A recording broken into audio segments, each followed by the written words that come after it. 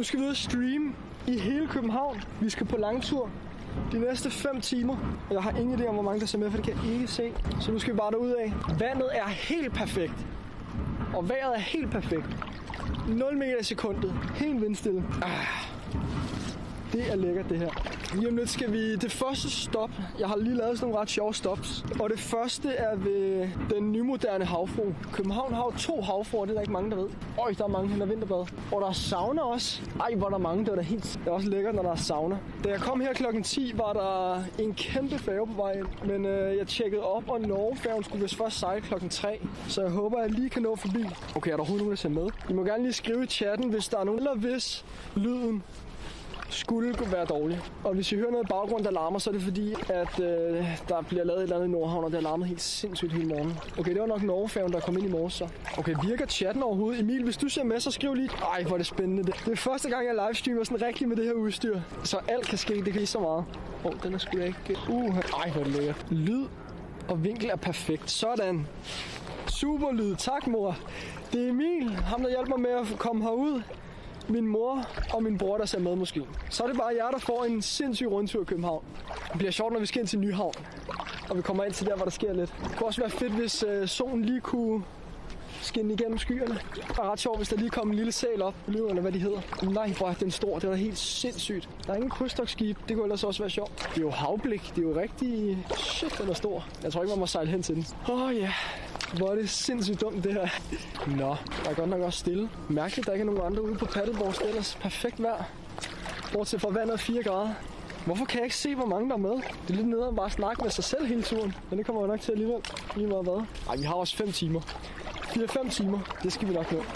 Vi starter her i Nordhavn, og så tager vi bagom lang linje. Eller jo, det er lang linje. Og så ind til Operaen og bagom Operaen, som er inde i de der kanaler. Og så er det ned gennem Nyhavn.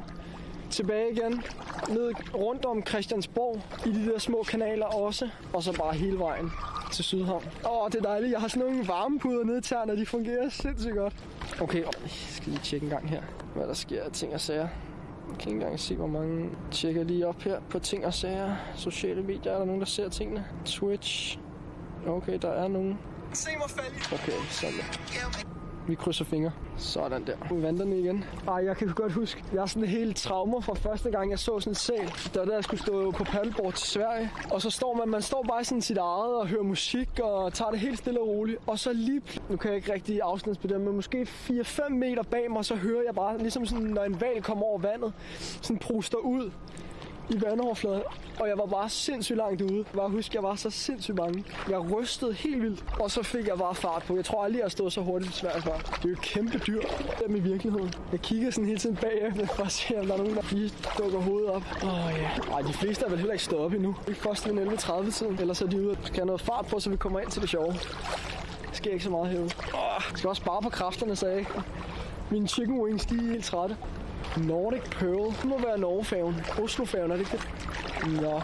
Den første store bygning, er det... Hvad er det, de kalder den der med alle de der vinduer i? Er det osten? Vildt. Helt seriøst. Er der ikke nogen, der... Jeg bliver nødt til lige at tjekke. Er der ikke nogen, der ser med, eller hvad? Hvorfor kan jeg ikke se, hvor... Der står jo mange. Stream administrator. Seer. Kanal. Okay, der er 9, der ser med. Sådan der. Så er det ikke bare mine forældre. Sådan der. Bum. Vi har allerede været i gang i 20 minutter, eller hvad? Jeg sagde. Hvordan går det med virksomheden? Det går godt. Det går fremad. Det er jo modsat så meget andet end produktionsvirksomhed. Modsat bare at få nogen i udlandet til at gøre det. Men det har sin ulemper, og det har sin fordel. Sådan er det med alt. Prøv at se osten. Er I klar? Nu vender vi lige. Er det ikke osten, hedder den der? Der er delay på. Med alle de der vinduer i. Galt stor færge. Jeg skal også prøve at snakke lidt tydeligt, så I kan høre det. Men jeg er sådan forholdsvis tæt på mikrofonen, så det burde...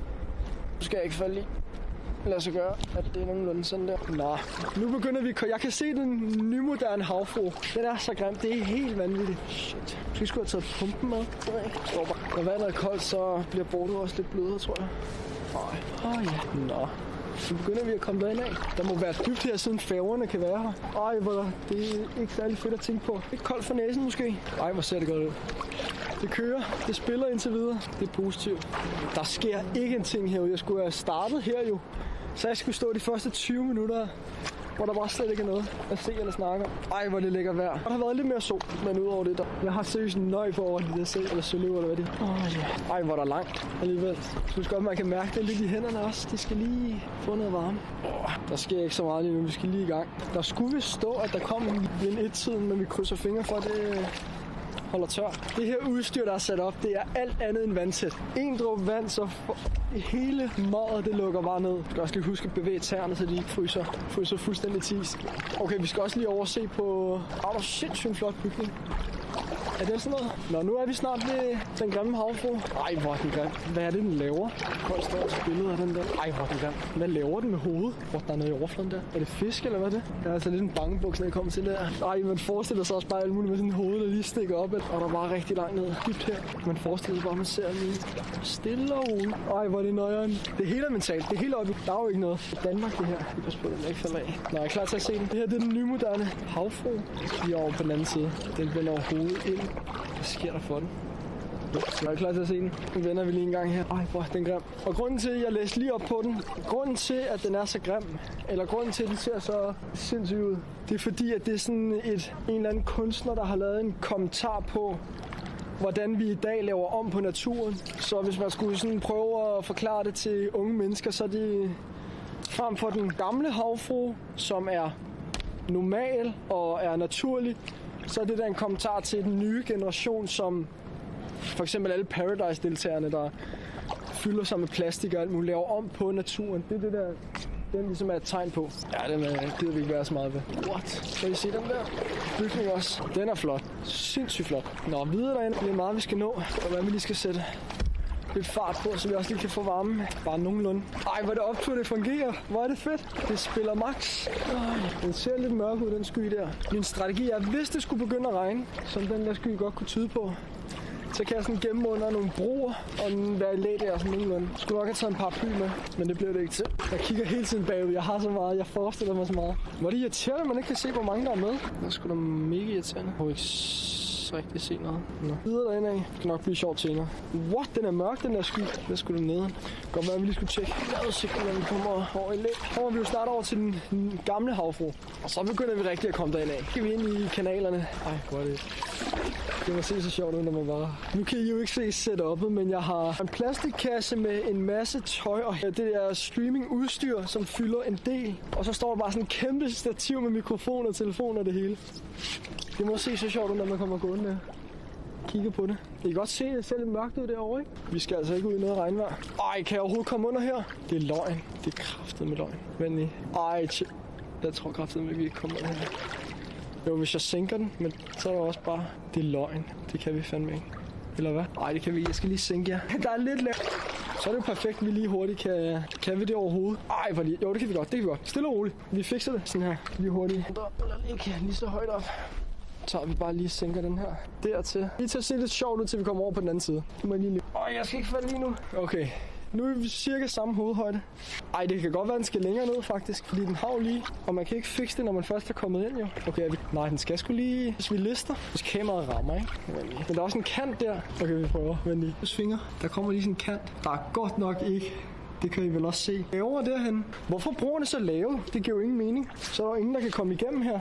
Den er lavere. Der tror jeg sgu ikke, den kan komme under. Så skal vi lige justere det endnu mere. Eller hvad? Det kan godt være, den er samme højde. Eller højere. Ej, den er lavere. Ej, nej. Okay, vi prøver. Ej, hvor er det dumt. Hvorfor har man lavet broerne så lave? Det giver jo ingen mening. Man kan ikke engang stå under den. Nu kunne jeg streame sikkert også. Jeg må lige tjekke en gang, hvor meget internet der er hernede. Ellers skal vi bare hurtigt igennem. Nej, vi kører stadig. Eko! Der er en skrue. Den skal vi lige udenom. Ej, hvor er det dumt lavet. Man kan se bunden rigtig tydeligt til gengæld. Tilbage til streamen her. Sådan der. Så er det videre. Vi klarer den. Jeg skal lige hurtigt rette på kameraet herovre en gang, så det sidder nogenlunde igen. Det giver jo ingen mening, man har lavet broen så lave. Jeg kan godt mærke det tidligere om morgenen, men også lidt træt. Skal vi ikke falde i igen? Man skal sgu lige passe på de der søm der. Lidt tilbage med os. Sådan der. Og så hæver vi den lige dertil. Der. Sådan der.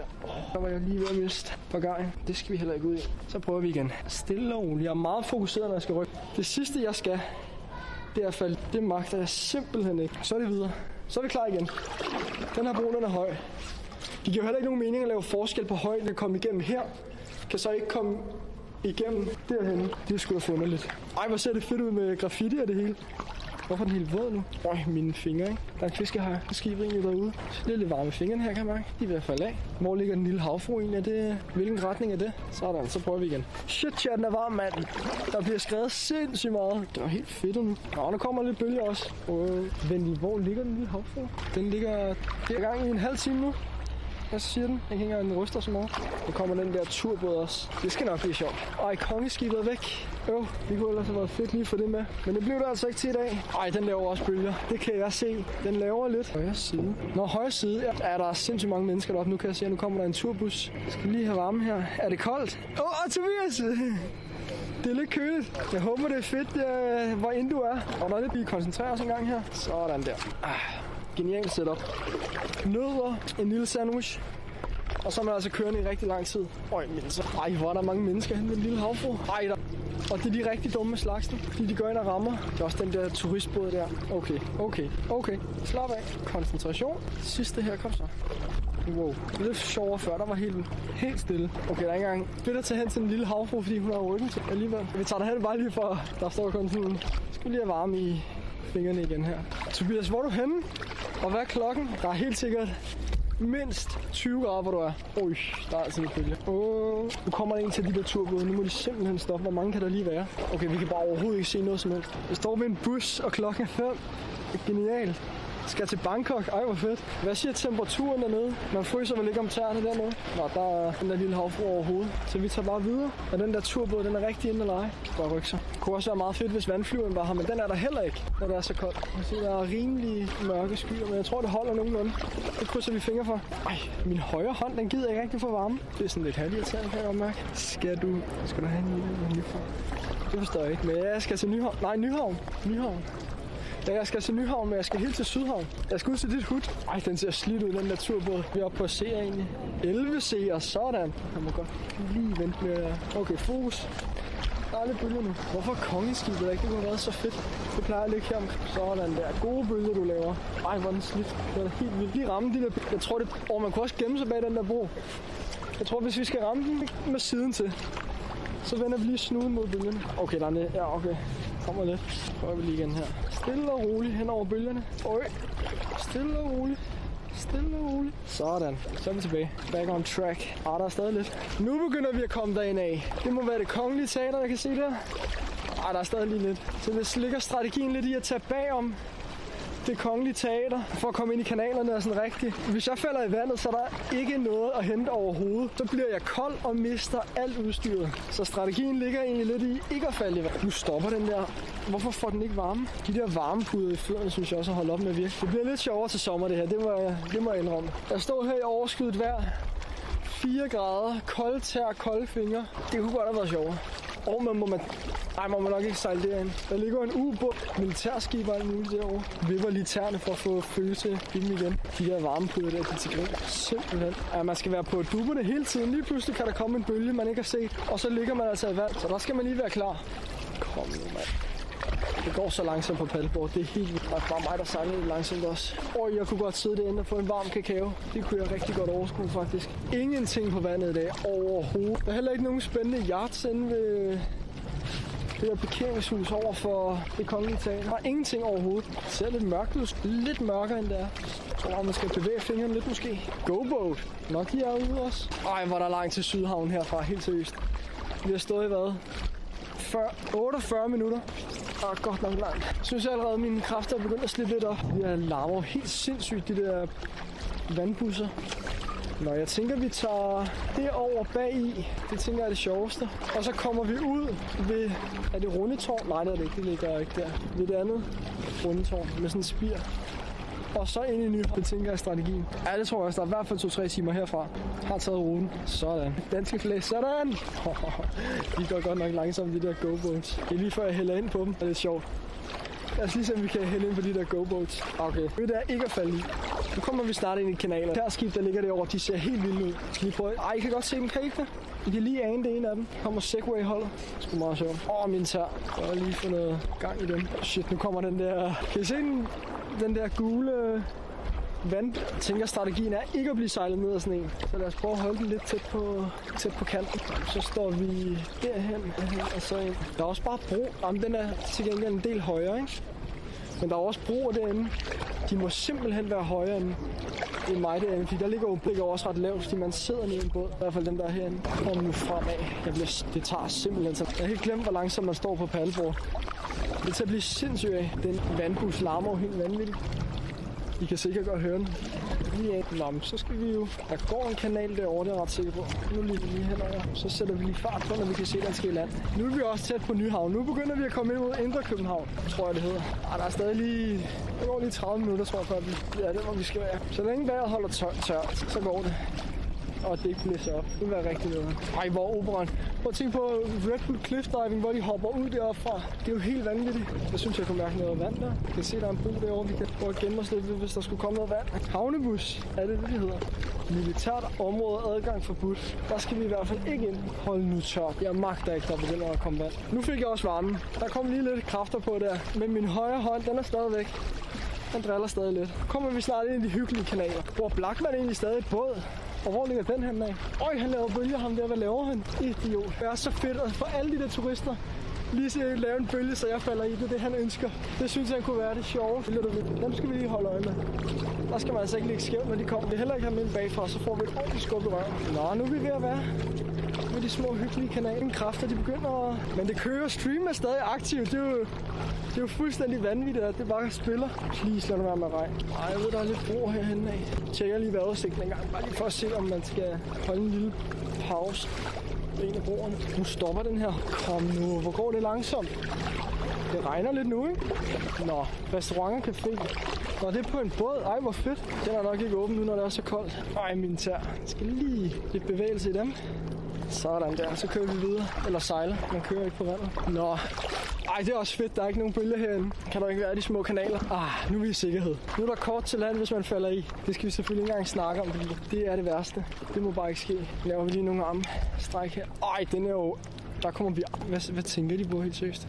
Nå, så må vi vende om. Det er sgu da upraktisk lavet, det der. Så tager vi lige en lille omvej. Skal nok komme derind af. Til gengæld har vi medvind, når vi skal hele vejen til Nyhavn. Så nu kommer den der turistbåd igen. Den laver altså rimelig god bølge. Jeg tror lige, jeg holder mig i skak der. Jeg synes rigtigt, det er helt seriøst. Hvad sker der for alle broerne er så lave? Man kan jo ikke engang komme igennem på et paddleboard. Det er sgu da for upraktisk.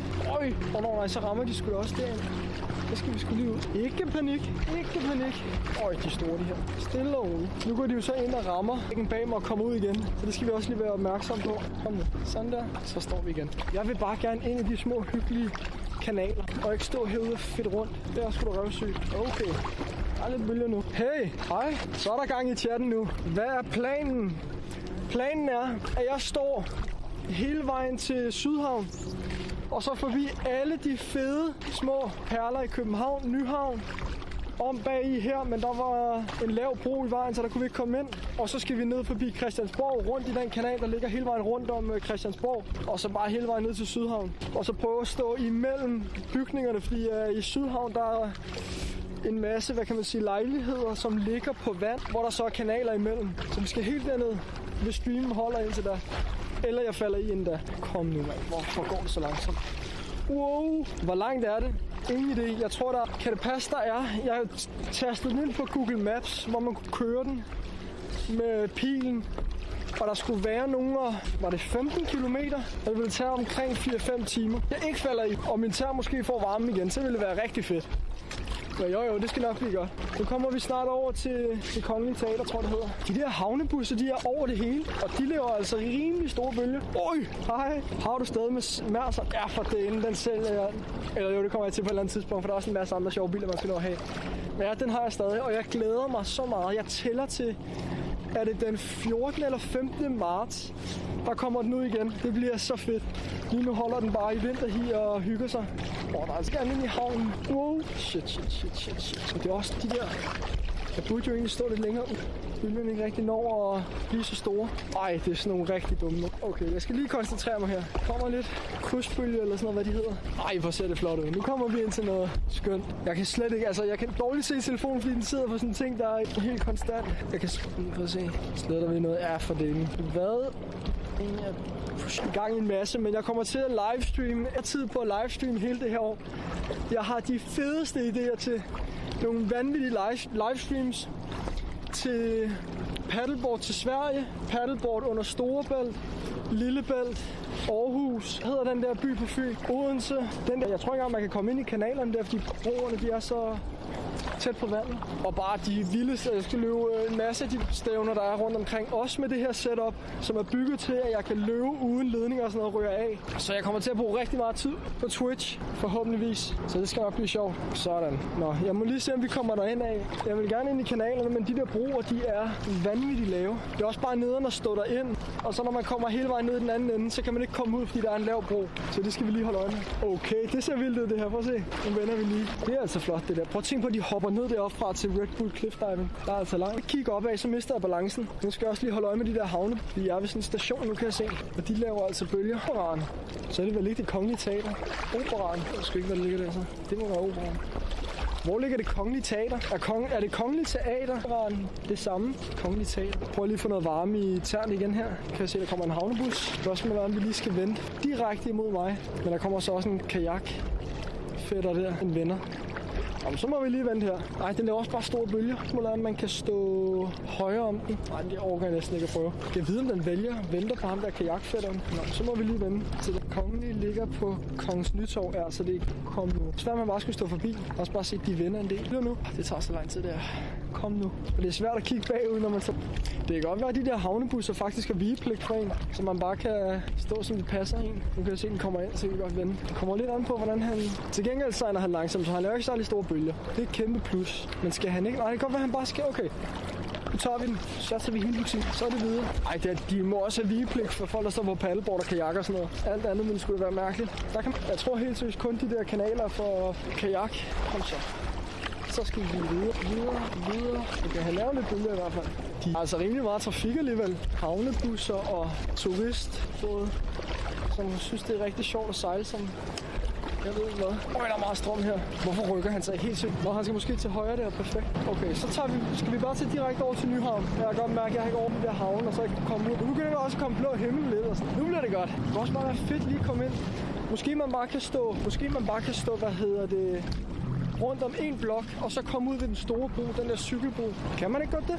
Det prøver vi sgu. Min tær. Nyhavn ligger derovre, og det ligner også bare noget byggerod, det der.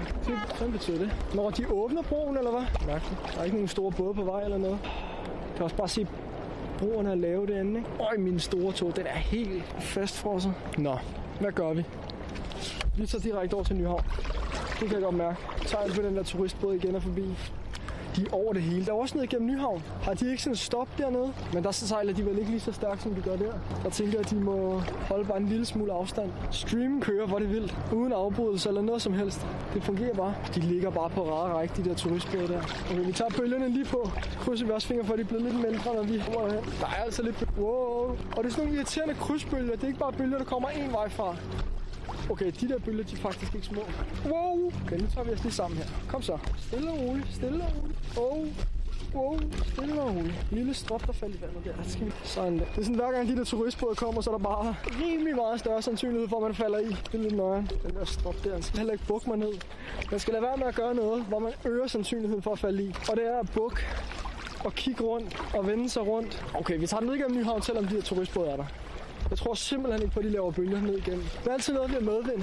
Jeg kan godt mærke herefter, hvor lang tid har vi været i gang nu? 1 time og 16. Jeg kan godt mærke det lidt i armene. Det synes jeg. Der ligger sgu da også sten der. Vinker hun til mig hende der? Eller vinker de? Eller prøver de at få mig i? Fordi hvis jeg vinker, så holder jeg ikke balancen lige så godt. Det er altid det der, når der er nogen, der vinker til en, så kigger man lige rundt, fordi man ved ikke, om det er til en, der står over på den anden side af kajen, eller om det er til mig. Helt seriøst, de der turistbåde der, de giver mig nerver på. De skal seriøst lige til at sætte sig sammen. Der er også bare bølger her. Det er det sidste, jeg magter. De sejler stærkt. Hvad sker der for dem? De er så irriterende. Der kommer 2 nu. Perfekt. Dobbelt op på. Og der holder... Nå, det er fordi, de holder derovre. Hvor er der mange nu. Der er 3. Ser så slidt ud. Så får vi lige varme i fingrene imens. Sejler de der turistbåde ikke helt ind i bunden af Nyhavn? Det synes jeg kan huske, de gør. Prøv lige at se. De tager overhovedet ikke hensyn til os, der står på paddleboard og har kolde tær. Så skal vi bare lige ramme dem lige på, og så er det ned ad Nyhavn. Det er sgu irriterende. Hvad er vi oppe på? Seere? 10 seere? Det må være maksimum. Rekord, ved det. Vi kan lige have nogle flere bølger forbi os her. Wow. Ikke siden. Sådan der. Kom så. Så er vi klar igen. Så er det videre. Så er det til Nyhavn. Men det kommer også lidt an på, hvornår den der turistbåd den sejler. Den holder lige standby. Jeg ved, de kan lave rimelig store bølger, når de skal ud af havnen. Eller ud. Min tær. De der varmepuder, de hjalp godt nok ikke så lang tid. Hvorfor har du så lidt seere? Du burde have sådan 600. Kan man det på Twitch? Ja, det kan man nok godt. Men jeg ved det ikke. Det er fedt at have 600. Okay, jeg tror bare, han gør den ren faktisk. Så kan vi godt tage... Okay, nu er det ned igennem. Nu bliver det fedt. Oj, den lugter også bare sådan båd. Ej, nogle fine både. Nu skal vi rigtig ned. Ej, der kommer også bare til at dufte af varm mad. What? Kabinen er fuld af røg. Okay, vi tjekker lige. Kommer der nogle turistbåde? Der. Jeg tror ikke engang, vi kan komme igennem dernede. Jo, måske på midten der. Vi prøver. Tester.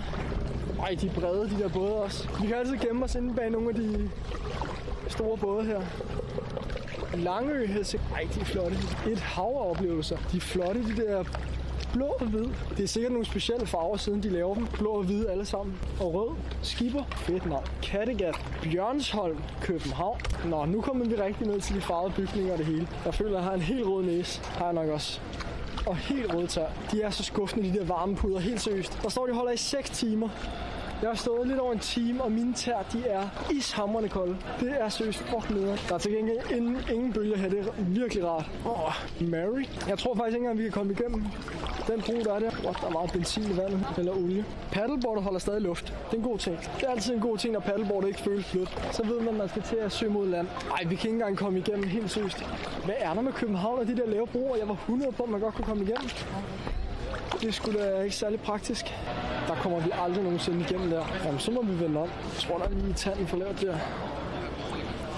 Ja, det giver jo ingen mening, det der. Jamen, så kommer vi i hvert fald ikke helt ind til bunden. Så er det videre til Christiansborg. Men der kan vi sikkert heller ikke komme rundt. Der er bare benzin over det hele. Eller olie. Lige pas på, at der ikke kommer sådan en turistbåd bag os. Og lige laver sådan en skubber. Mine tæer! Hvad sker der? Hvor er det irriterende. Den ser også bare slidt ud, når man kommer tæt på. Og slog jeg lige til. Der er altså også lidt vind, når jeg står den anden vej. Det kan jeg godt mærke, det kræver lidt mere at komme fremad. Nå, Christiansborg og Nyhavn ligger rimelig tæt på hinanden. Der er ikke så langt over. Jeg tror ikke, det tager meget mere end kvarter eller sådan noget, så er vi derovre. Ej, det bliver federe til sommer at stå på paddleboard og livestream. Der er ikke så meget ved det, når det er 4 grader, og alle går og fryser også. Nøj, mine tær, hvad sker der? Det er den pæneste båd, den der Kattegat. Alt andet bare. I må lige sige til, hvis jeg ikke kigger bagud, og der kommer sådan en turistbåd. Nu kommer der en turistbåd. Skal den så ned her? Der er jo ikke plads til, at de kan sejle ved siden af hinanden. Jeg tænker lige, vi os forbi. Der er umuligt, der er plads til 2 af de der turistbåde. Nå. Videre med os. Nu er vi under cykelbroen. Og varme tæerne igen. Hvor er de helt færdige. Det er da vanvittigt. Sådan der. Prøv at se, hvor lavt der er. Jeg kan dårligt vende. Paddle under den her bro. Få nu noget varme i tæerne. Hvad sker der? Helt seriøst. Det kommer til at tage tid, før de får varme igen. Café, bar. Jammer. Jeg har aldrig set, at der var så mange caféer og restauranter på de der store både, der ligger herinde. Sådan der er en til på et paddleboard. Nu er jeg ikke helt alene. Det er sådan en hurtigt paddleboard. Kan jeg se Sydhavnen herfra? Nej. Jo. Der er lige... Det kan ikke være Sydhavnen, det der. Christiansborg kan jeg næsten se. Er det ikke lige kanten af Christiansborg, der ligger der med... Jo, det må det være. Jeg har snart ikke mere kræfter søst. Kæmpe win, at det ikke er regnet. Jeg troede, der ville komme en lille skylle. Og det ville være nok til, at det her udstyr er så langt fra vandtæt, som noget overhovedet kan være vandtæt. Men det kører indtil videre. Nu kommer vi lidt dernede af. Jeg vil ind i nogle kanaler, helt sikkert. Derinde, det er da også en flot, sindssygt flot restaurant. Eller klub. Nå. Mine tær. Kan tæer egentlig godt falde af, hvis de bliver... Ja, det kan de jo godt, hvis de bliver alt for kolde. Varmepuder der. Det vil de have med på nu, når det er 4 grader og ingen varmelamper. Hej, god tur. Det er hurtigt paddleboard, det der. Goddag, jeg føler, at jeg bruger så mange kræfter på at komme frem af med det her. Til gengæld så er det bredt, så man falder ikke i lige så nemt. Lidt mere balance i. Dine tær falder ikke. Okay. Men jeg tror godt, de kan. Hvis de virkelig... Men det er også bare, fordi man bliver nødt til at have fødderne solidt plantet på det her paddleboard. Man kan ikke bare stå og hoppe rundt. Eller kan man godt, men ikke. Der er det 4 grader, fordi der er en lidt større sandsynlighed for, at man falder i sig. Fedt ikke at være helt alene herude. Så er man ikke den eneste på paddleboard. Eller det kajak? Nå, det må vi se. Jeg ved også, der er broer rundt omkring Christiansborg. Jeg magter bare ikke at kunne stå herude. Man kan måske også stå dernede, men jeg tror ikke, man kan... Ja, det er lidt blå himmel, jeg kan se. Jeg har ikke flere kræfter. Vi har også stået i 1,5 time. Så er det fair nok ikke at have flere kræfter. Prøv at se, der er broen også. Altså, man kan ikke. Jeg tror ikke, man kan stå inde i de der kanaler. Den der bro, den er helt spærret af. Det giver jo ingen mening, at det er sådan. Eller man kan jo godt stå under, hvis man kan dukke sig. Men hele det der stativ der, Det går mig hertil cirka. Ej, det bliver fedt til sommer at stå herinde. Det glæder mig til. Nu er det også bare sådan en stille og rolig stream. 5 seere, sådan der. Min mor, far og Emil. Tak for supporten, venner. Ej, der sker heller ikke så meget. Det er ikke så spændende at se med hele vejen. Men jeg siger bare, at man kan falde i når som helst. Og det er jo lidt spænding i sig selv. Kom nu fremad, mand. Føler man så stille. Den er også vanvittigt lav, den der. Jeg tror ikke, man kan komme under den. Og må vi lige kunne komme under. Det er sgu da irriterende. Sådan, Tobias. Du er stadig. Tak. Fuck, min tær. De der puder gør også bare. Jeg har lagt dem sådan helt ude ved tæerne. Så jeg kan ikke vippe mine tær i sådan fastlås. Jeg tror, det er det, der gør, at jeg ikke kan få varme i dem. Der er ingen blodcirkulation. Jeg skal også til at have den sandwich der. Nå nej, der er jo heller ikke så meget at se, fordi der har været kæmpe brand. Men hvorhen er jeg? Nå ja, det ligger ved siden af Christiansborg. Og så, men ligger det der? Jeg er fuldstændig mistet orienteringen. Nå, men vi prøver. Jeg kan se, at den er ensrettet. Okay, der kan vi godt komme hen. Så den bro kan vi i hvert fald godt komme under. Så jeg simpelthen ikke stå ind til de der små kanaler på venstre side. Jeg ved bare, der ligger sådan en lille bitte bro, som man ikke kan komme under, når man er kommet helt ind i bunden. Og så skal man hele vejen tilbage igen. Tidshorisonten ligger vel på, jeg tror ikke, der går meget mere end 2 timer eller sådan noget. Så tror jeg ved Sydhavn. Ved Christianshavn. Jeg er ret sikker på, at jeg er tæt på Christiansborg. Men prøv at se igen. Så ligger der en bro derinde, som er endnu mindre. Og hvis man har stået hele vejen rundt, og så skal hele vejen tilbage, det er jo også noget lort. Man burde sgu da lave en bro, så man kan stå oprejst og komme igennem. Helt, det skulle da for vanvittigt, at man ikke lige har tænkt over det. De er seriøst så langt væk fra følelsesløs, som noget overhovedet kan være. Jeg føler, at jeg har haft rimelig god kontrol indtil videre. Der har lige været 2 skub i bordet, hvor jeg tænkte, fuck. Men indtil videre kører det, og streamen kører stadigvæk efter 1 time og 37 minutter. Så er vi stadigvæk kørende. Og der er heller ikke så mange af de der skide turistbåde hernede. Så det er meget fedt at stå her. Lige under en kæmpe motor eller bro. Nå. Her har vi i hvert fald ikke nogen problemer om at komme under. Det tænker jeg lige går. Øj, det er lidt scary at være hernede. Øj, det larmer. Fuck, det larmer. Der er også meget strøm under den her bro, kan jeg mærke. Øj, der bliver mørkt på kameraet, kan jeg se. Så er vi ude igen. Der kommer godt nok til at være langt rundt, hvis vi skal hele vejen rundt. Er der virkelig så langt rundt om Christiansborg-kanalen? Det kan da ikke passe. Ud. Nej, det gør man nok ikke. Det bliver en lang tur. Der har også været lidt mere gang i den, hvis man havde noget musik. Men der var alt det der copyright og sådan noget, tror jeg. Det er også bare vanvittigt svært at styre stream, fordi man har ikke andet end sin telefon, man kan ikke tage computeren, så det skal jeg lige have fikset. Nu er vi bare lige ude at teste i dag, lige for det hele til at fungere. Så vi kan lave de vildeste in real life streams til sommer og give den max gas. Ej, min tær, der sker ingenting. De der puder der, hvem der gør det op. Jeg har heller ikke lyst til at spise noget. Skal jeg række ned i den der kasse, jeg har? Kom nu. Ej, der er jo vanvittigt langt rundt. Jeg husker slet ikke, at det var sådan en sindssygt lang kanal. Alt det, vi har stået, nu skal vi jo stå hele vejen rundt og tilbage igen. Det er dejligt, der ikke er de der turistbusser, der har lavet bølger. Kæmpe plus. Ej, hvor der langt ind til Sydhavn. Helt seriøst. Nu kommer der så til gengæld en af de der havne, og de laver rimelig store bølger. Og han ligner ikke en, der har tænkt sig at flytte sig. Min tær. Kom. Ej, helt seriøst. Rygter. De tror vitterligt, de ejer havnen, fordi de bare hele tiden sejler rundt herinde. Jeg kan bare heller ikke stå så tæt på land, fordi så kommer bølgerne bare. Så bliver dobbelt så store, når de rammer, stenene. De synes, det er rigtig sjovt at sidde der. De sidder også bare og griner oppe i cockpittet der. De tænker, okay, nu sætter vi lige farten op, så vi kan få ham i at vise alle dem ombord, at det kan de godt. Øj, shit. De holder faktisk øje. Vi tager den lige på. Kom så. Stille og roligt. Shit. Sådan der. De fik os ikke i den her gang. Hvis jeg sad deroppe i cockpittet på sådan en havnebus der, så ville jeg godt nok også bare sejle rundt og lave lidt sjov. Øj! Så nu kommer bølgerne igen. Rækker. Den sorte diamant må det være, vi er kommet til nu. Nu kommer der en GoPro, tror jeg. Vi ser ikke så store bølger. Men lige det der med at få et skub bagfra, det kan virkelig fælde en. Også fordi man står frem. Når man står fremad, kan du ikke se bagud. Når man lige får sådan en skub bag, så er det der, man falder i. Sorte diamant. Der er højt op. Nej, jeg ved bare, når vi kommer ind omkring Christiansborg-kanalerne der, så kommer vi bare heller ikke hele vejen rundt. Min tær. Jeg troede virkelig, jeg var home safe med de der varmepuder der. Men jeg kan godt mærke, at de fungerer.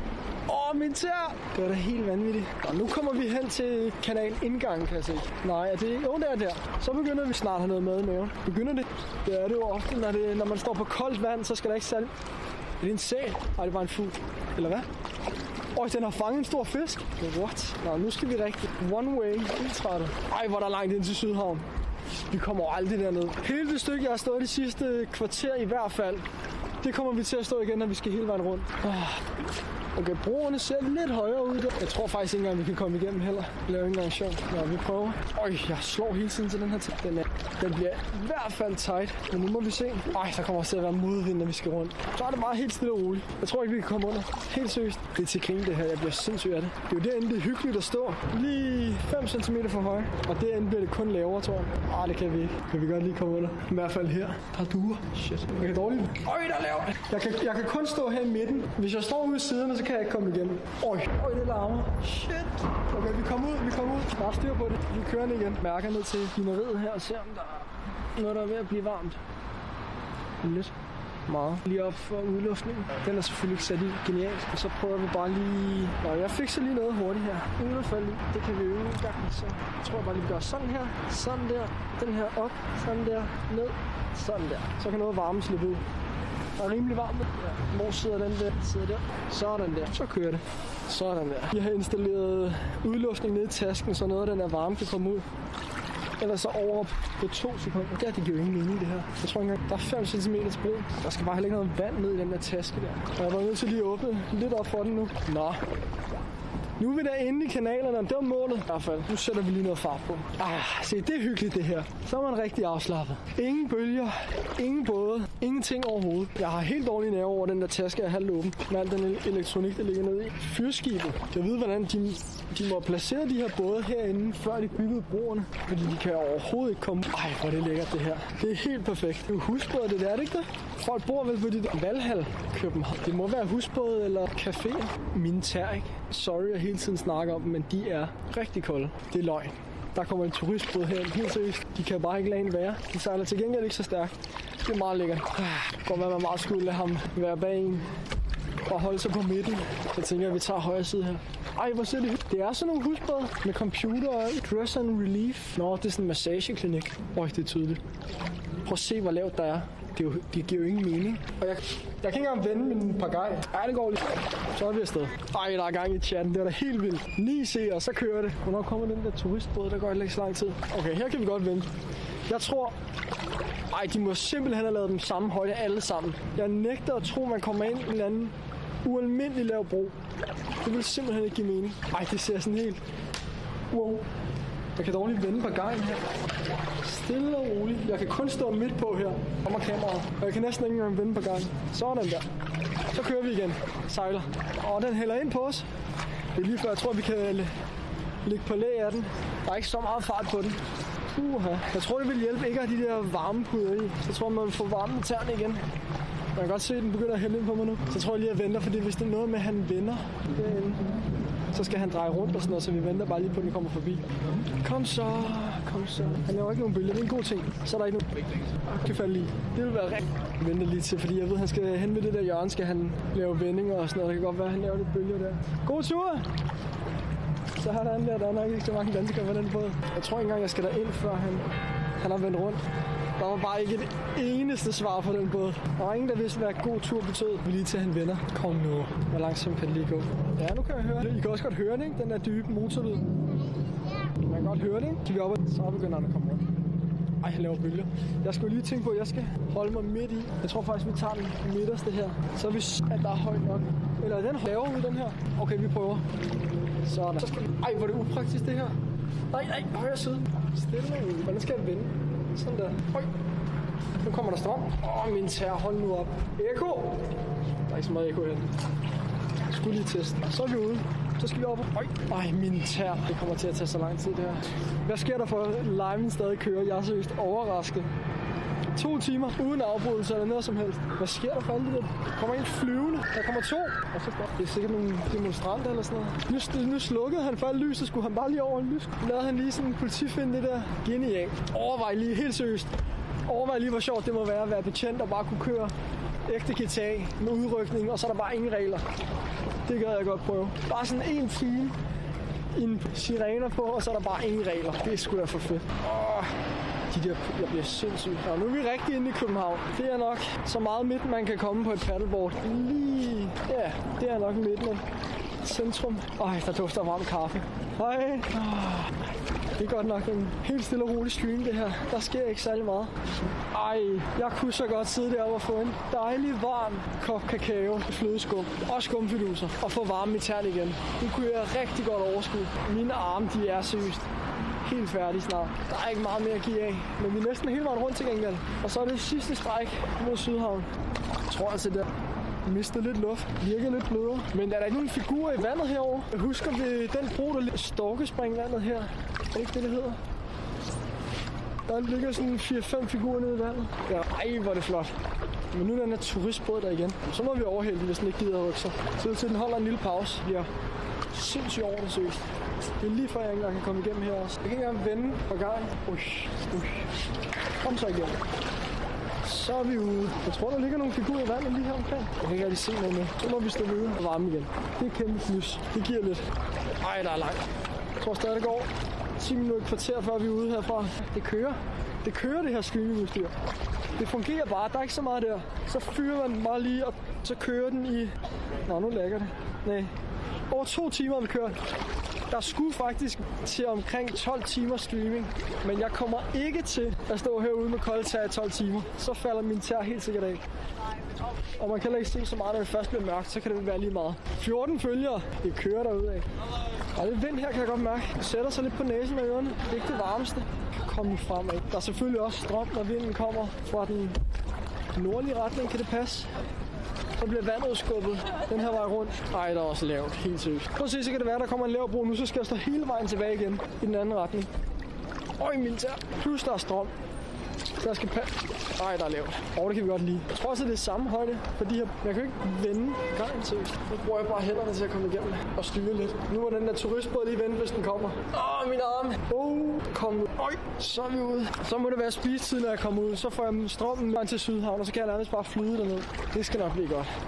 Jeg har paddleboard, har mistet lidt luft. Virkelig mærke det begyndt. Jeg synes også, det kommer lidt tættere på vandgrænsen. Nu begynder jeg også at kunne mærke det. Hvor er det optur, at det her fungerer seriøst. Den er lav, den der også helt seriøst. Jeg får så dårlige nerver af det der. Hvis jeg ikke kan komme igennem, så skal jeg hele vejen rundt. Jeg magter det ikke, og det skal helt sikkert komme til at ske. Kom så. Please. Hvor er det lavt. Og man skal også lige huske at korrigere med bølgerne. Så hvis der kommer en bølge, det går lige, tror jeg. Hvis der ikke kommer nogen store bølger, så går det. Stille og roligt, stille og roligt. Bare en lidt stor bølge, så kan jeg love jer for, at vi skraver på. Eller kameraet gør. Og så bliver jeg ret. Der er til gengæld ekko herinde. Min tær. Det er lige noget vinterbadning. Yes, så er vi ude. Caféen der, det kan jeg godt se. Jeg tror, der er vinterbadet derovre nu. Min tær. Lidt. Sådan konstant. Jeg skal bare den der pude ud. Jeg tror lige, jeg tager lidt afstand fra den der vinterbad, hvis det ikke vil på video. Helt sikkert. Det er broen. Jeg bliver nødt til at komme herover for at kunne komme under broen, fordi der er en sådan bur henover. Virkelig genialt lavet, ikke? De sidder bare ude. Min tær er helt seriøst. Det er altid tærne, man fryser. Shit. Det er altid tærne, man fryser ved. Det er så typisk. Det er også fordi, jeg burde virkelig lige stoppe op og give dem noget plads nede i den sko der. Der står virkelig bare med gummistøvler på, og der er heller ikke noget varme i dem på nogen måde. Og så rører der lige lidt vand op på bordet og hen over støvlen, så bliver det rigtig godt. Jeg kan ikke... Prøv at se. Jeg skulle lige have tænkt over det her. Se, jeg kan ikke engang vende.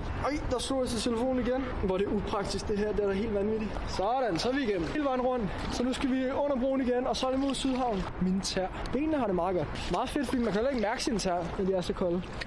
Så på den måde generer det ikke så meget. Jeg kan bare mærke, at de ikke har varme i hvert fald. Hvad siger vi? Hvor lang tid tror vi, det tager at komme til Sydhavn herfra? Det tager i hvert fald, jeg tror, hvis vi står direkte, 45 minutter eller sådan noget, ikke? Men der tænker jeg nemlig også, der så jeg på Google Maps, at der var nogle kanaler mellem nogle... Så folk synes, det er rigtig sjovt. Så øger det måske chancen for, at jeg falder i. Yes, sådan. Der er flere på paddleboard der. Det er altid rart ikke at være den eneste uge. Eller det er hende den samme som før. Så tager hun bare sådan en tur ned og op. Det er det fede ved at bo i København. Så er man sindssygt tæt på noget også om sommeren og sådan noget, ikke?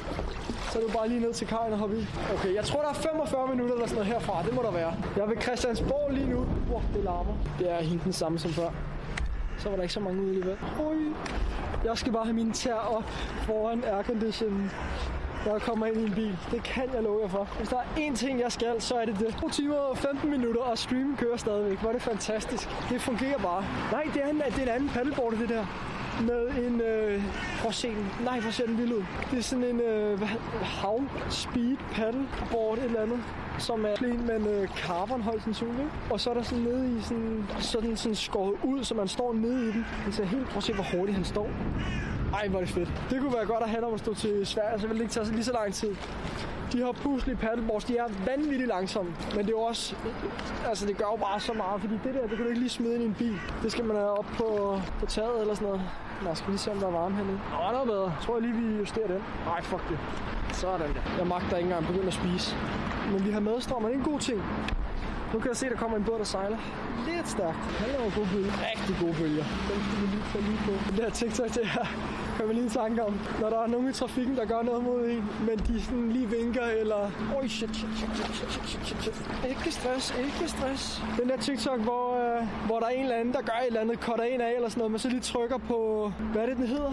Nødknappen der, så man lige får gul blink, eller lige... tager hånden op, så er det sådan okay. Mig der laver store bølger. Men så når han vinker, så smiler jeg bare og vinker igen. Genial. Sådan der. Nu er vi kørende. Sejlende stadigvæk.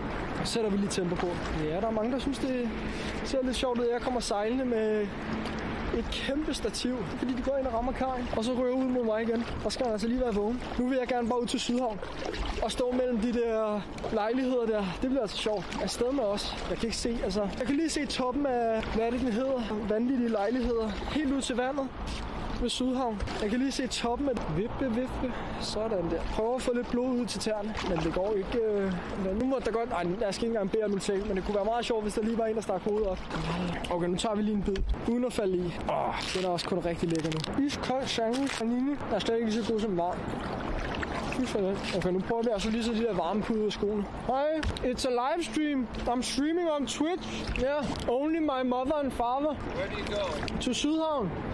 And then back? No, I'm getting picked up in Sydhavn. Oh, nice. So, my feet are too cold.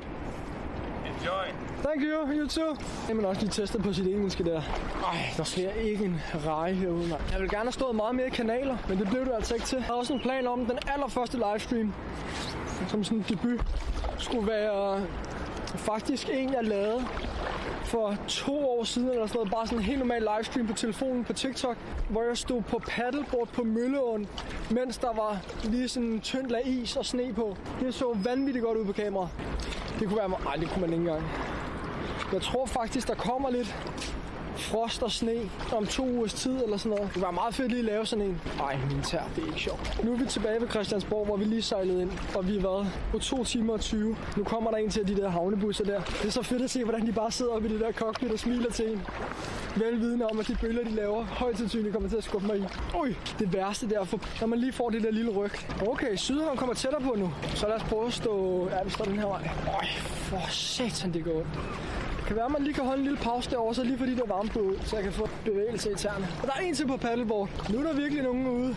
Det er måske lige saft, de ser ikke lige så glade ud, den der. Så skal vi bare ramme den. Okay, han listede også meget godt. God stil, så stille og roligt. Sådan der. Stille og roligt. Øj, det vipper. Jeg tror virkelig, der er særlig meget luft i paddleboardet. Det er derfor. Hun har også sådan et hurtigt sejlet paddleboard. Energiniveauet, det er lidt lavt. Ej, hvor er det smalt. Det er helt vildt, det der paddleboard. Skulle man lige prøve de varmepuder, så vi kan få noget følelse tilbage i tæerne. Så nu kommer byg. Det kan også være, at lige, når jeg kommer op og står her, så angsten igen, når jeg skal ned og stå. Hvor ligger? Er det ikke Sydhavn, det der? Det må det være. Så tager vi lige hurtig pause her. Lige for at fikse tæerne. Vel lige. Stille og roligt. Ja. Sådan der. Min tær. Så får vi lige, hvis man kan det. Kan slet ikke bevæge. Det kan jeg tænke nu lidt bedre. Ja, det gør altså en del. Sådan der. Så er vi tilbage. Sådan der. Og sådan der. I kan godt lige se mig. Jeg sådan der. Så er vi klar igen. Så skal vi lige stå rigtigt. Sådan. Skal vi lige finde balancen igen. Det gjorde alverdens. Ej, hvor er det dejligt. Så er vi klar igen. Fokus. Ikke noget med at falde i. Find balancen. Sådan. Jeg glæder mig så meget til. Jeg har planlagt de vildeste livestreams. Og nu kunne jeg se, det fungerer. En test livestream, hvor man lige skulle ud. Fordi det er godt nok kompliceret at finde ud af, hvordan man gør. Det bliver sjovt. Eko. Godt nok god eko. Man må ikke fløjte, når man er på vandet. Eller det er kun, når man er på en båd på så fingre. For at det ikke giver dårlig uheld. Okay, Sydhavn er lige dernede. Nu begynder det at ligne noget. Nu er vi rigtig på vej. Kan man egentlig spille musik? Det kunne være ret fedt at bare lige få noget musik ind. Og der er alt det der med copyrights og imponerende. Det ser så fedt ud, det der. De har lavet sådan en rampe til sommer, så det er sådan en badeanstalt med en kan stå på skateboard nede i løbehjul, cykle og så bare ryge ud i vandet. Det ser så vildt. Kælke kan man vel også, hvis der er tyk nok is. Og den blokerer jo sandwichen blokeret for. Der er også 100.000 megahertz batterikapacitet nede i den taske. Så jeg tror godt, man kan få et lille smæk, hvis den bliver våd og sender stød ud. Men jeg tænker, sikkerhed i sådan noget. Installeret eller de der powerbanks, lige kan give stød. Det vil være lidt nederen. Ovenpå at falde i og blive sindssygt kold, så også lige få stød. Og miste alt sit udstyr. Rigtig nederen cocktail. Det er altså blevet blødere, det her board, det kan jeg mærke. Men det går langsomt, så jeg tænker ikke, at vi mister luft lige pludselig, når vi står. Det vil først være rigtig nederen. Ej, hvor er det lækkert vejr. Helt seriøst. Det har været vindstille hele dagen. Lige akkurat ikke været noget regn. Der var lidt i starten måske. Og bare næsten ingen bølger. Kun når de der store havnebusser og turistbusserne vil lave lidt sjov. Jeg kan godt mærke, at det bliver lidt svært at holde balance nu, hvor der ikke er så meget luft i bordet. Det er rimelig meget blødere at stå på. Ej, hvor helt stille og roligt. Det bliver først rigtig sjovt, når vi skal ud til Storebæltsbroen til Sverige. Op er lavet til, at man bare kan deltage i alle de sjove ting. Og stadigvæk kunne styre det hele ene mand. Jeg kan se, jeg håber virkelig, det er den bygning, som jeg tænker på. Det tror jeg faktisk ikke engang, det er.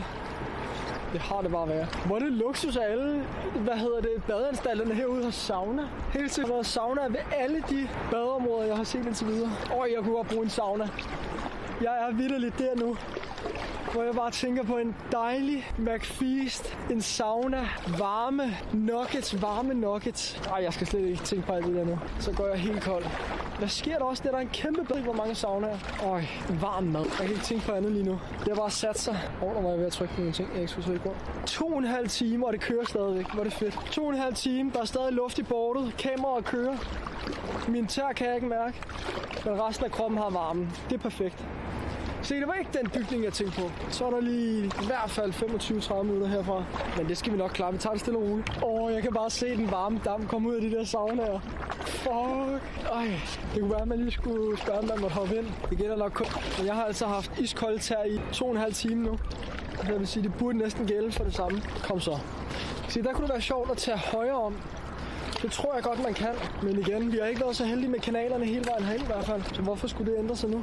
Vi skal også til, Svendborg og livestream. Der har de jo en delfin.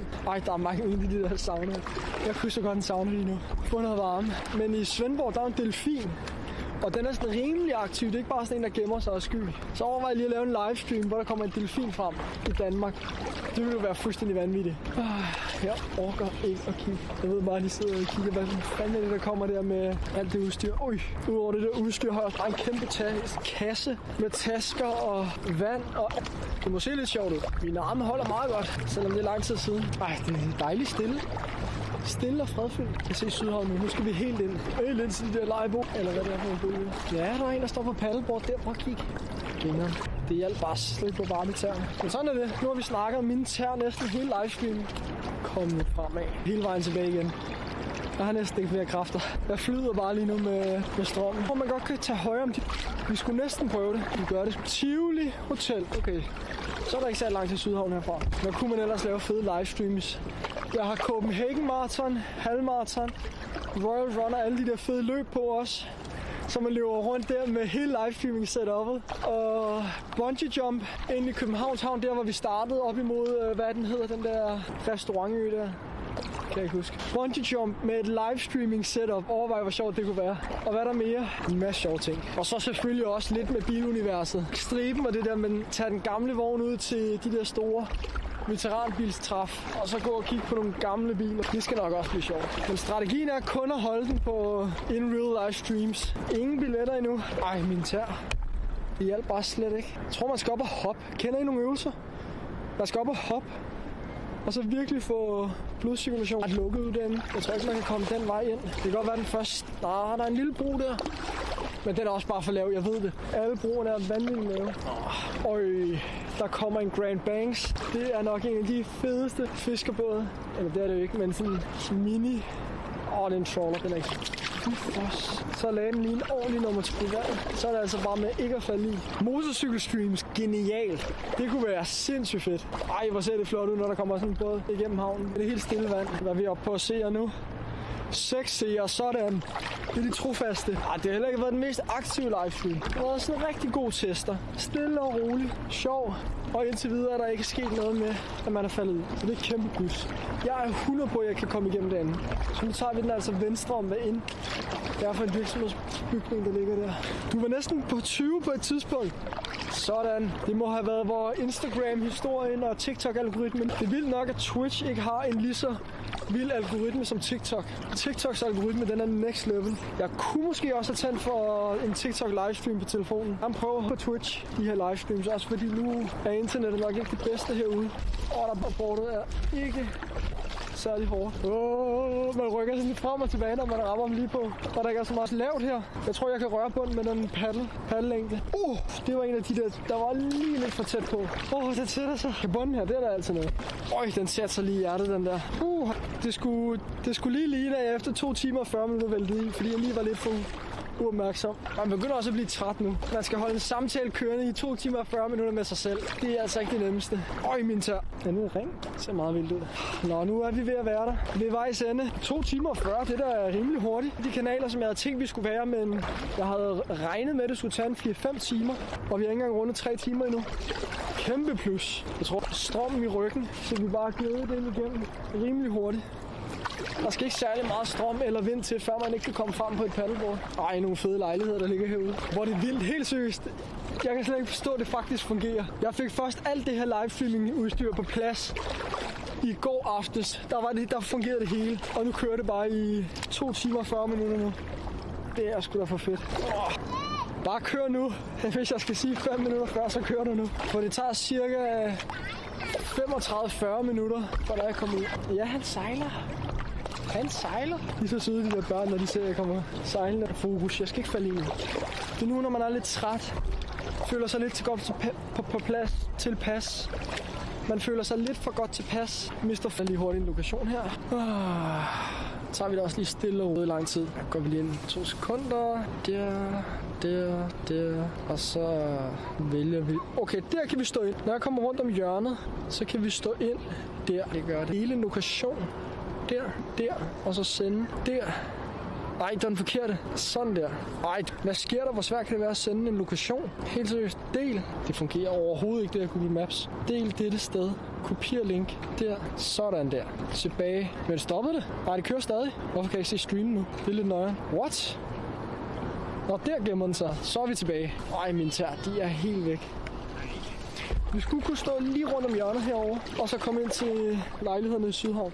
Min tær. Nu stopper jeg med de tær. Jeg snakker om min tær hele turen. Sydhavns lejligheder, de er jo next level. Det er da helt vanvittigt. Er det ikke også her, de dyreste lejligheder ligger? Eller det er den der i Nordhavn, der... Jeg er ret sikker på, at der er en i Nordhavn, som var helt vanvittig. Men der skulle vist også ligge nogle dyre klodser her i Sydhavn. Ej, hvor er den varm, den her stream. Hvis jeg havde kørt TikTok, så var der kommet en del flere visninger. Det kan jeg i hvert fald huske for de tidligere. Men nu grinder vi lige Twitch og får boostet den og gang i den. Jeg ved bare, hvis jeg poster det ender ind i kanalerne, så ender det med, at der er en eller anden lav bro, og så skal jeg hele vejen tilbage. Men jeg har også bare lyst til at prøve det. Fordi det er simpelthen for kedeligt at stå herude. Jeg overgår næsten ikke engang at prøve. Nu står vi bare direkte ned til Sydhavn, og så med lejligheder, der er der. Og se, der er en bro. Og jeg ved bare, at det der setup, det er for højt. Prøv lige at se, hvor flotte lejlighederne er. Også de der, vi kan lige ane dem. Det ser vanvittigt flot ud. Kom så. Så skal vi fremad. Nej, hvor der lavt. Prøv at se. Jeg rører nu 1 meter. Der blev dybt. Advarsel lavt område. Skal man altså ikke sejle på grund. Så finder man meget hurtigt ud af det. 30 minutter, det er perfekt. Helt perfekt. Så har vi også streamet i 2:48 plus 30, 10, 23, 3 timer og 20. Okay, vent lige. Skriver lige en gang her. 30 minutter. 2 sekunder. Nu er jeg lige lidt stille her. Jeg skal lige hurtigt skrive. Man tror også, man er lidt tættere på. For når jeg kigger derned, så føler jeg bare heller ikke, at jeg kommer meget tættere på. Trods jeg har været i gang. Jeg ved ikke, hvor lang tid nu. Jeg tror stadig, der går et kvarter, før jeg kommer ned til Sydhavn. Og nu ikke, men boliger. Kom nu. Det går så langsomt. Nå, nu bliver det lidt spændende igen. Måske der kommer en havnebus. Det kan være, at de har kedet sig rigtig meget hele dagen, så nu skal de have lidt sjov at prøve at få ham der i vandet. Se, der er en lille kanal. Se, der er også en bro derhenne. Og jeg ved bare, at vi ikke kan komme ud. Det er så upraktisk lavet. Så skal man lave et eller andet stativ, man kan hæve og sænke. Så det gider man bare heller ikke gøre hver gang. Min tag kommer til at tage mange timer, før der er følelser i dem igen. Og paddleboardet begynder at komme tættere på vandet. Der går nogen om fremad. Jeg mærker, der er rimelig god strøm. Det er rimelig positivt. Okay, nu prøver vi lige noget. Nu tager vi på tur ind i kanalen. Og jeg ved, jeg kommer til at fortryde den, når jeg kommer under broen. Men vi prøver. Vi kommer under den. Vi kommer under den her. Burde vi kunne komme under resten. For det er rimelig nyt område. Så jeg tænker ikke, man vil lave forskel på højden. Den er tight hver gang, og det er bare det værste. Kan jeg overhovedet komme under her? Er der lige 5 cm? Det er lige ved vi. Shit, jeg føler ikke lidt der. Altså helt seriøst, det giver jo mening det her. Nå. Så er vi rigtig på tur i de kanaler, som jeg gerne vil ind i. Mine fødder. Sådan der. Nu er vi rigtig på tur. Godt nok. Wow. Nu er fokus. Se, der kan vi helt fint komme under der. Er den lukket? Eller går den? Ja, der kan vi ikke komme under. Der er også strøm her, kan jeg mærke. Som skubber os ud af. En kaffe bare derinde. Kommer der bare en eller anden Adam Sandborg. Ej, der er meget strøm. Prøv at se, hvordan giver det der mening helt seriøst? Prøv at se, jeg kommer over aldrig nogensinde under her. Ikke engang i nærheden. Så står vi den anden vej igen. Jeg vidste bare, det ville ske. Så dumt lavet. Hej. Når der er nogen på terrassen, der også kan se, der er paddleboards. Ej, prøv at tænke på at bare bo herude. Så lige ude for sin lejlighed nede på vandet. Det er sgu da lækkert. Nå, jeg callede den, og det var ægte. Så nu må vi tilbage. Prøv igen. Jeg skal også lige ramme den lige her. Kom så. Please. Det kan jo sagtens være også noget med, hvis vandet stiger. Hvis tidevandet stiger bare 5 cm, så kan jeg jo ikke komme igennem. Så er vi køren. Sejling. Nu er det bare ind til Sydhavn. Nu prøver jeg ikke flere kanaler. Det ender galt. Hvor er det vildt, at det der streaming bare fungerer. 3 timer runder vi lige. Det er vildt. Min tær.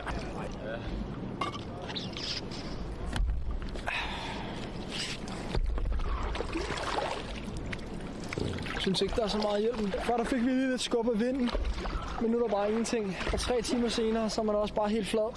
Kan man egentlig stå på paddleboard ind omkring? Går der ikke en kanal den vej bagom? Det synes jeg kiggede på, men den stoppede vist der. Så man skulle slæbe båden henover sådan, eller paddleboardet henover sådan en bro. Det gider man bare heller ikke ud i. Kom så. Jeg føler slet ikke, at jeg kommer nogen steder. Jeg synes også, at jeg begynder at vippe lidt mere. Der er vi også op 9 seere. Rekord. Der er helt stille herude. Der sker virkelig ingenting. Jeg står sådan lidt og kigger på den der Panini, men jeg magter bare ikke tage en bid af den. Den er så tør. Sjovt, man kan se sin mål, hvor man skal hen, men man bevæger sig bare så langsomt, så man føler ikke, at man kommer nogen steder. Okay, nu tager vi lige en bid af den der, det kan jeg mærke. Selvom den er tørre, end jeg ved ikke hvad, og koldere, når man ikke har endnu. Oh shit, der kommer en bus, og jeg er lige ved et busstopsted. Jeg er overhovedet god. Lige forbi det her busstopsted, så vi ikke bliver sejlet ned af havnebussen. Mine tær, de er så kolde. Sådan, Tobias, du ser stadig med, vel? Tak for støtten. Det er bare hele min familie. Tobias og Emil, der ser med nu. Det er genialt. Ja. Og det er bare så rigtigt. Så tager man lige ud og livestreamer i 3 timer, for at hele min familie og 2 venner lige kan se med. Og satser sin varme på falde lige af alt sit udstyr. Det er genialt. Det skal sgu være hårdt. Ja, Emil han kommer og henter mig i Sydhavn. Det vil også være lidt fedt med musik. Jeg kan godt mærke, at stå 3 timer og snakke med sig. Den er lidt tough med musikken. Tror jeg også vil op kvaliteten lidt for dem, der ser med. Godt være lidt stille. Ja, det virker. Det er fandme fedt. Er det egentlig? Nej, det er ikke Christian. Nej, det ligger meget længere inde mod København. Kom nu til. Jeg ved ikke, hvor lang tid. Og jeg føler bare, at jeg kommer tættere på. Kom nu. Jeg kan godt mærke, at mine ben de er lidt følelsesløse af at stå stille hele tiden. Så balancen er ikke, hvad den har været, da vi startede der. Halv med masser af energi. Varme i tæerne. Og nu der halter det lidt. Det vil jeg gerne have lov til at sige. Jeg troede lige, der var noget bag mig. De larmer helt vildt, de der havne. Okay, nu prøver vi at stå til højre derovre. Der må simpelthen være højt nok. Det er en rimelig bred kanal. Kom nu frem. Jeg har også bare lavet en TikTok og Instagram med... jeg hopper i vandet, når jeg rammer 5.000. Jeg troede, at der ville komme lige tanden flere end dem, jeg kender. Hvad har vi rundet nu? 15 følgere eller sådan noget? Ja, det er sgu også godt. Det er bedre end ingenting i hvert fald. Der føles så dybt her. Helt industriagtigt. Det er rigtig øv. Ikke kigge ned. Ikke begynde at tænke på alle de der TikTok-ting med, at man kun har set 92% havbunden, eller er Megalodon blevet spottet, eller et eller andet. Prøver jeg ikke at tænke på. Kom nu, få noget varme i dit her. Jeg kan se, der er en kanal derovre, men jeg ved også bare, når jeg kommer derhen, så kan jeg ikke komme igennem. Det har været sådan alle gange, så nu tager vi ikke nogen chance. Jeg skal hele vejen tilbage igen. Vi kører på helt tom tank af energi. Det er udelukkende aircondition i bilen, jeg tænker på lige nu. Det er det, der giver varme. Godt nok ikke i tæerne. Havnebussen indhenter os også. Ikke noget af det der. Jeg tror kun, det er 5%, der er undersøgt.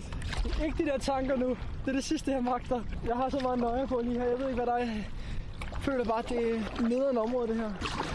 Jeg så lige før sådan en ræb, der bare gik ned, og man kunne bare ikke se bunden. Fuck, det er sejt, du stadig live. Tak for det. Jeg kommer kun til at lave de vildeste in real life streams, hvor der er chancer for, at der kan sker et eller andet sjovt. Som for eksempel at falde i 4 grader koldt vand. Det er ikke så sjovt for mig, men det er sjovt for jer, der ser med.